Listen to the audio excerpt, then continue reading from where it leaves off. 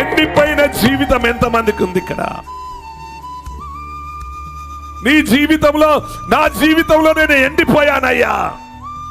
ఆ కెరెతువా దగ్గర ఎండిపోయిన ఒక సంవత్సరం అక్కడ ఉన్నాడు.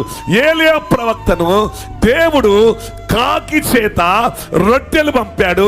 కాకి చేత మాంసము, వేయించిన మాంసం. కాకి ఏమిష్టమాట? బాగా వేయించిన మాంసం దుత్తే కాకి ఇడిచిపెట్టదు, కానీ కాకి తన నోరును కట్టుకున్నది దేవుని మాట విని.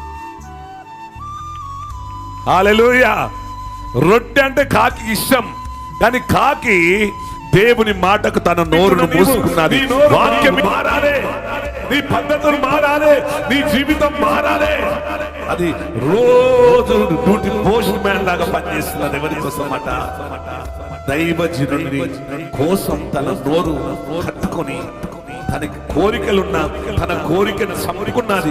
అమ్మో, మనము దేవుని మాట విన్నోళ్ళం కూడా మన కోరికలు చంపుకోవాలని, మన లోకాశలు చంపుకోవాలి, మన శరీరాశ, మన నేత్రాశ, మన జీవపు డమ్మని చంపుకొని దేవుని పని చేసేవారు నీ కోరికలు, నీ ఆశలు, నీ శరీర కార్యాలు చంపుకుంటే అప్పుడు దేవుడు వాడుతూ ఉంటాడు. కానీ అవన్నీ కాకి లాంటి స్వభావం కలిగి ఈ ఆశలుంటే దేవుడు నీ ప్రార్థన వినడు.